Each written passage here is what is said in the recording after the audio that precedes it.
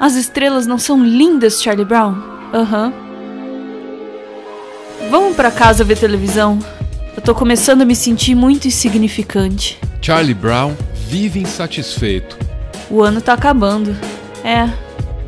Como será o ano que vem? Muito valente. Do jeito que estão as coisas, é preciso ter muita coragem pra chegar. E a Mafalda também vive insatisfeita. Esses dois personagens têm bastante coisa em comum. Eles são protagonistas de universos ficcionais muito ricos. Eles são os elementos principais de obras que se estenderam por décadas inteiras e influenciaram várias gerações.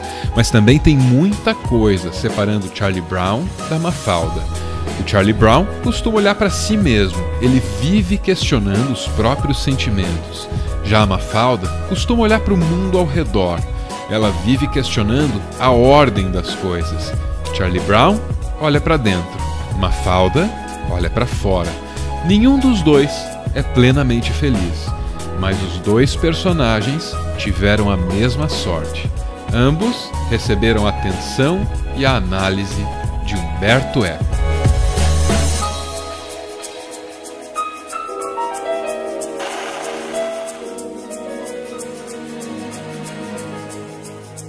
Mafalda pode ser definida como contestadora, e a intenção aqui não é aderir à moda do anticonformismo. Mafalda é realmente uma heroína enraivecida. Ela recusa o mundo do jeito que ele é. Para compreender a Mafalda, é preciso traçar um paralelo com outro grande personagem que a influencia, o Charlie Brown. O Charlie Brown é norte-americano, a Mafalda é sul-americana. Charlie Brown vem de um país próspero, pertence a uma sociedade opulenta. E ele tenta se integrar desesperadamente a essa sociedade, sempre mendigando solidariedade e felicidade.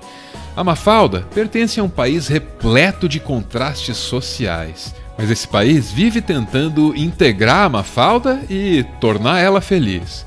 Só que a Mafalda recusa isso, ela resiste a todas as tentativas.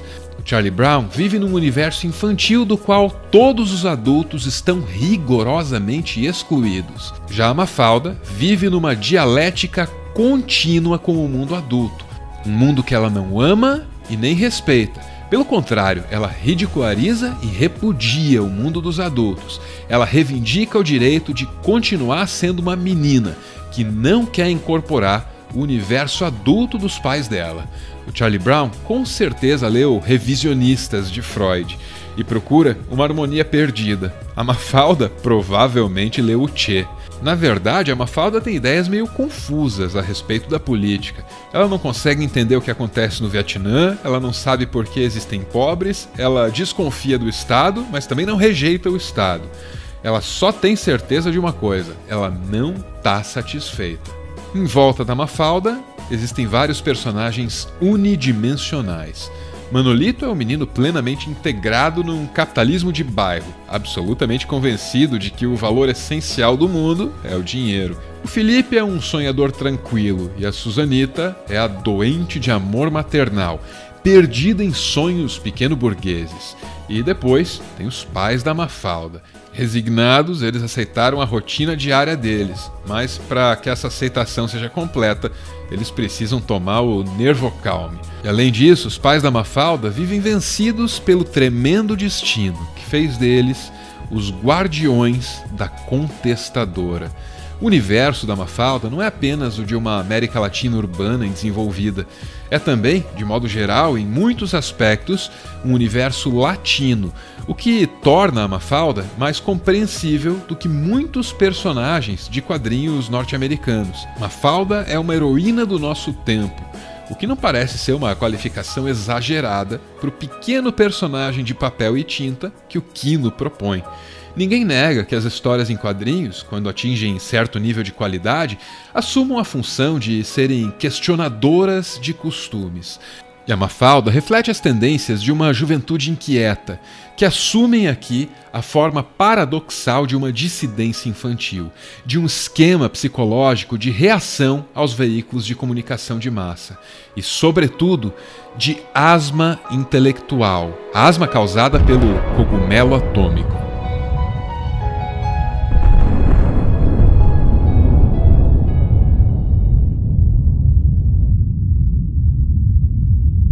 Cada palavra disso que você acabou de ouvir saiu de um texto do próprio Umberto Eco, publicado originalmente como prefácio desse livro aqui.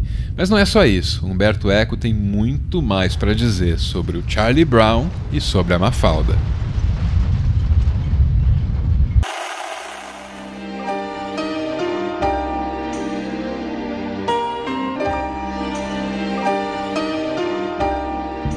Você jamais poderia entender o caráter poético da obra de Charles Schulz lendo só uma ou duas ou 10 tirinhas.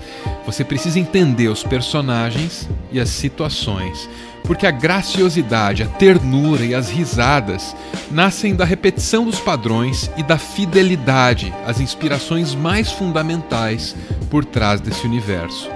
As tirinhas sobre o Charlie Brown demandam um ato contínuo de empatia. A poesia surge no fato de que nessas crianças encontramos todos os problemas e todos os sofrimentos dos adultos. Adultos que ficam sempre fora do quadro. Essas crianças nos afetam porque, em algum sentido, elas são monstros. São reduções infantilizadas de todas as neuroses da civilização industrial. E se essas crianças são monstros, é porque nós, os adultos, as transformamos nisso. Nessas crianças encontramos tudo: a cultura de massas, a necessidade nunca suprida por afeto, a solidão e a aceitação relutante das próprias circunstâncias. Só que todas essas coisas, principalmente as mais duras, só nos são apresentadas depois de passarem por um filtro de inocência. Sem o cobertor, o Linus perde a segurança e desaba. Sem o cobertor, ele sucumbe diante das próprias neuroses. E eles vão ter que me aguentar gritando, esperneando e gritando. Eu não posso viver sem aquele cobertor, Lucy. Para um adulto, o equivalente seria um vício, uma droga ou qualquer outra coisa capaz de representar uma paz uterina. O filtro da inocência aqui tem um outro efeito. Ele nos deixa conscientes de que os nossos males poluíram o mundo todo, até a raiz. Peanuts seduz adultos sofisticados e crianças com a mesma intensidade, como se cada leitor achasse aqui alguma coisa para si mesmo. E é sempre a mesma coisa, para ser apreciada de duas maneiras diferentes. E puxa, ninguém me mandou cartão de Natal hoje. Eu prefiro quando não é época de festa. Sei que ninguém gosta de mim. Para que tem que ter época de festa para enfatizar isso? Tudo isso que você acabou de ouvir é uma adaptação livre, mas muito livre mesmo, de um texto publicado em 1963 por Umberto Eco. E esse texto, aliás, foi muito criticado na época. Em 2015, mais de 50 anos depois de ter escrito o texto que a gente mencionou agora há pouco, Umberto Eco lembrou das consequências que ele sofreu por ter ousado revelar que quadrinhos têm um potencial narrativo tão vasto quanto qualquer outra obra de literatura. Na ocasião, ele recordou: um crítico reclamou que usei técnicas literárias de alta cultura para analisar fenômenos de baixa cultura. Essas técnicas eram mais adequadas para assuntos mais importantes, ele escreveu, de nariz empinado. Aquele crítico snob não tinha como prever que um dia não só estaríamos estudando a linguagem e a história cultural dos quadrinhos, mas também fazendo sua arqueologia e colecionando as revistas. No texto de 2015, Umberto Eco fez questão de não nomear o tal do crítico, mas ele citou o criador de Peanuts pelo nome e se referiu a ele como um poeta cheio de questionamentos filosóficos. E o mesmo poderia ser dito de Quino, o criador da Mafalda. Em 2018, as duas obras já passaram pelo filtro do tempo e resistem, cheias de longevidade. Já a separação entre baixa e alta cultura começa a envelhecer e a sair de moda. Ainda bem.